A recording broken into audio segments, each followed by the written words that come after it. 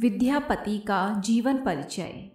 विद्यापति का जन्म सन 1352 ईस्वी को उत्तरी बिहार के मिथिला क्षेत्र के विस्फी गांव में एक शैव ब्राह्मण परिवार में हुआ था। उनके स्वयं के कार्यों और उनके संरक्षकों की परस्पर विरोधी जानकारी के कारण उनकी सही जन्मतिथि के बारे में भ्रम है। वह गणपति ठाकुर के पुत्र थे। उनके पिता शिव के बहुत बड़े भक्त थे।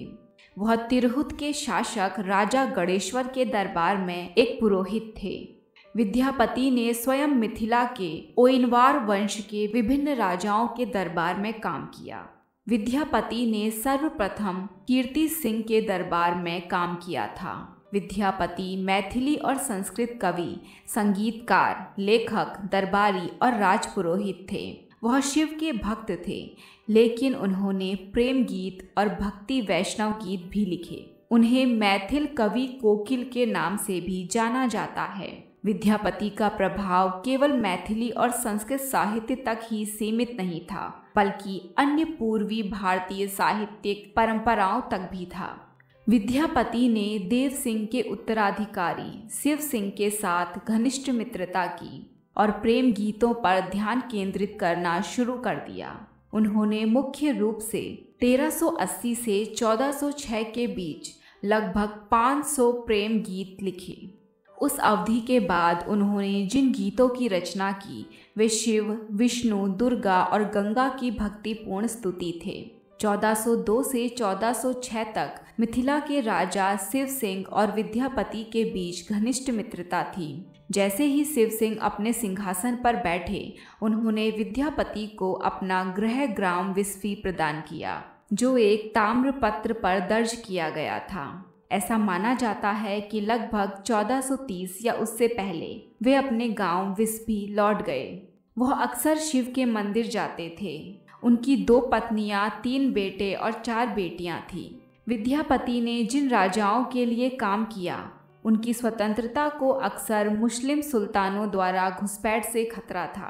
कीर्तिलता एक ऐसी घटना का संदर्भ देता है जिसमें ओइनवार राजा गणेश्वर को तुर्की सेनापति मलिक अरसलान ने 1371 ईस्वी में मार दिया था। 1401 तक विद्यापति ने जौनपुर सुल्तान अरसलान को उखाड़ फेंकने और गणेश्वर के पुत्रों वीर सिंह और कीर्ति सिंह को सिंहासन पर स्थापित करने में योगदान किया।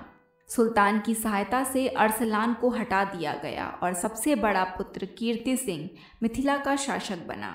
उनके समय के संघर्ष उनके कार्यों में स्पष्ट हैं। प्रमुख रचनाएं। महाकवि विद्यापति संस्कृत, अवहट, मैथिली आदि अनेक भाषाओं के प्रकांड पंडित थे। शास्त्र और लोक दोनों ही संसार में उनका असाधारण अधिकार था। कर्मकांड हो या धर्म, दर्शन हो या न्याय, सौंदर्य शास्त्र हो या भक्ति रचना, विरह व्यथा हो या अभिसार, राजा का कृतित्व गान हो या सामान्य जनता के लिए गया में पिंडदान, सभी क्षेत्रों में विद्यापति अपनी कालजयी रचना की बदौलत जाने जाते हैं। महाकवि ओइनवार राजवंश के अनेक राजाओं के शासनकाल में विराजमान रहकर अपने वैदुष्य एवं दूरदर्शिता से उनका मार्गदर्शन करते रहे।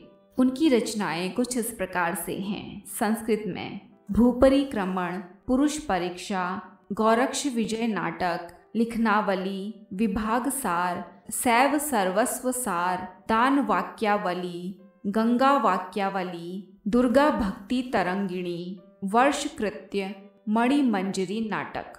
अवहट में कीर्तिलता, कीर्ति गाथा अथवा रसवाणी, कीर्ति पताका।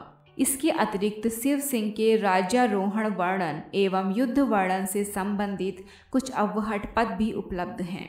मैथिली में पदावली। भाषा।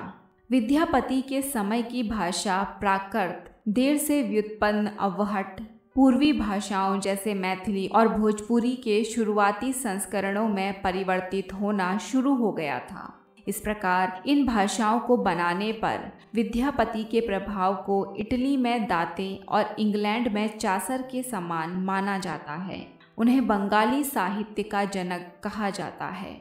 विद्यापति भारतीय साहित्य की श्रृंगार परंपरा के साथ साथ भक्ति परंपरा के प्रमुख स्तंभों में से एक और मैथिली के सर्वोपरि कवि के रूप में जाने जाते हैं। इनके काव्यों में मध्यकालीन मैथिली भाषा के स्वरूप का दर्शन किया जा सकता है। इन्हें वैष्णव, शैव और शाक्त भक्ति के सेतु के रूप में भी स्वीकार किया गया है। मिथिला के लोगों को दैसिल बयना सब जन मीठा का सूत्र देकर इन्होंने उत्तरी बिहार में लोक भाषा की जन चेतना को जीवित करने का महान प्रयास किया है। मिथिलांचल के लोक व्यवहार में प्रयोग किए जाने वाले गीतों में आज भी विद्यापति की श्रृंगार और भक्ति रस में पगी रचनाएं जीवित हैं। पदावली और कीर्तिलता इनकी अमर रचनाएं हैं। अन्य कवियों अथवा लेखकों के जीवन परिचय के लिए सामने स्क्रीन पर आ रही प्लेलिस्ट को देखें।